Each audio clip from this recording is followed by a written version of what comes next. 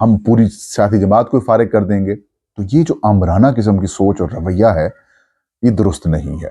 اس سے اور کسی کو نقصان نہیں ہونا، ہمارا نقصان ہونا ہے، ملک کا نقصان ہونا ہے، پاکستان کے اندر سیاسی کلچر کو نقصان پہنچے گا، پاکستان کے اندر جمہوری رویوں کو نقصان پہنچے گا، پاکستان کے اندر جمہوریت کو نقصان پہنچے گا۔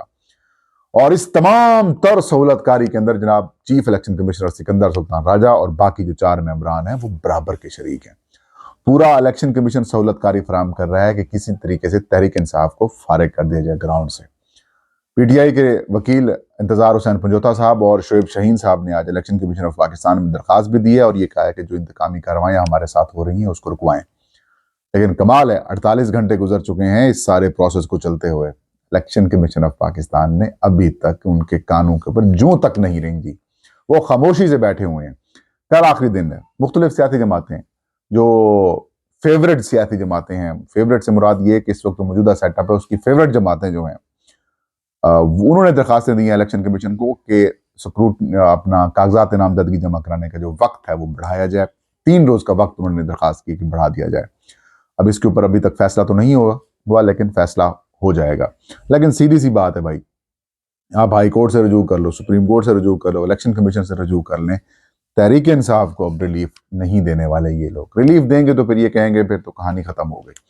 تو مطلب یہ کہ جس طریقے سے آپ یہ حرکتیں کر رہے ہیں، پاکستان کے اندر سیاسی تاریخ دیکھ لیں، کچھ لوگ حوالہ دیتے ہیں 2018 کے انتخابات کا، تو 2018 کے اندر بھی ایسی حرکتیں نہیں ہوئی تھیں جو اس وقت 2023-24 کے الیکشنز کے لیے ہو رہی ہیں۔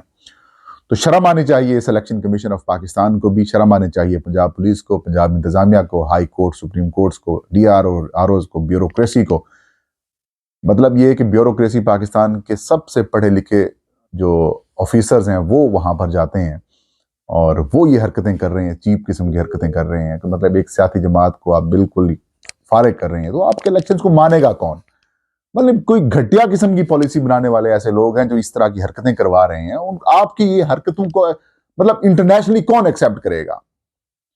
آج مطلب یہ کہ یورپی یونین کا کمیشن یا پھر الیکشن سے متعلق جو انٹرنیشنل ادارے ہیں، اگر وہ یہ کام شروع کر دیں کہ یہ طریقہ کار ٹھیک نہیں ہے، تو پھر آپ کے پلے کیا رہ جائے گا؟ آپ کے پلے کچھ بھی نہیں رہ جائے گا۔ اور میں یہ دیکھ رہا ہوں تحریک انصاف اس کے اوپر ایک مفصل رپورٹ بھی جاری کرنے والی ہے، ڈاکومنٹڈ کر رہی ہے ساری چیزوں کو، اور وہ انٹرنیشنل اداروں کو بھی بھجوا رہی ہے۔ تو اس کے بعد دیکھیے گا کہ آپ کے ساتھ کیا سلوک ہوتا ہے۔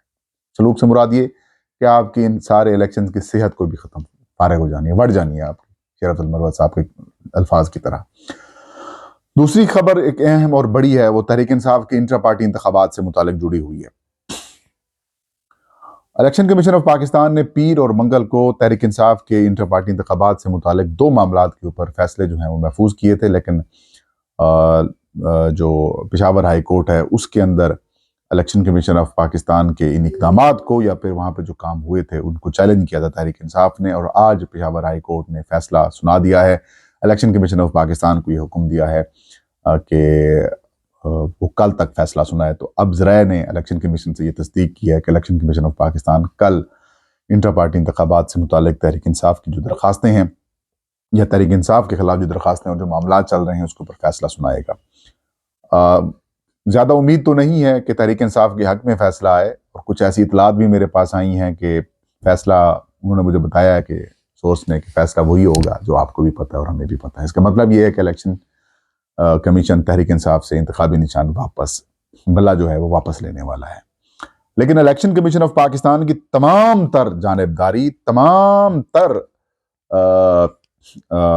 مطلب یہ کہ معاملات کو دیکھ کر ان کی جو کمیشن کا پی ٹی آئی کے خلاف ایک نظریہ ہے، سوچ ہے، جو متعصبانہ قسم کی اپروچ ہے، اس کے باوجود، سہولت کاری کے باوجود الیکشن کمیشن کی پی ٹی آئی انتخابی نشان بیڈ کے اوپر الیکشن لڑے گی۔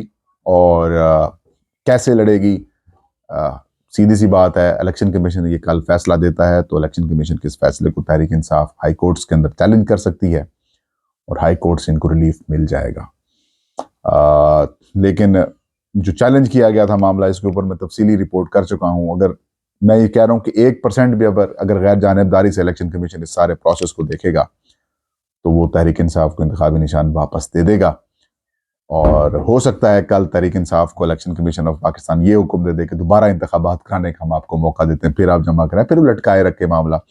لیکن ایڈورس ہی آرڈر ہی آئے گا، پی ٹی آئی کے حق میں نہیں آئے گا، کیونکہ اگر حق میں آنا ہوتا تو پھر الیکشن کمیشن ایڈورس آرڈر نہ ہوتا تو پھر وہ جاری کر دیتا یا پھر وہ فیصلہ دے دیتا کہ بلے کا نشان اور پی ٹی آئی کی انٹر پارٹی الیکشن ہم ایکسیپٹ کرتے ہیں. دوسرا، پرویز خٹک صاحب نے بھی بلے کا نشان الیکشن کمیشن سے مانگا تھا، پارٹی کو کاپی کر لیا انہوں نے، پی ٹی آئی پارلیمنٹیرین کے نام سے انہوں نے رکھ دی ہے، اور پہلے بیٹ کا نشان مانگا تھا، پھر انہوں نے واپس لے کر اب نئی درخواست دی ہے کہ مجھے پگڑی کا نشان جو ہے وہ دیا جائے، اس کے اوپر الیکشن کمیشن جلد فیصلہ سنائے گا. تو یہ تھا آج کا ویلاگ. فہیم اختر کو اجازت دیجیے. اللہ ہم سب کا حامی ناصر ہو.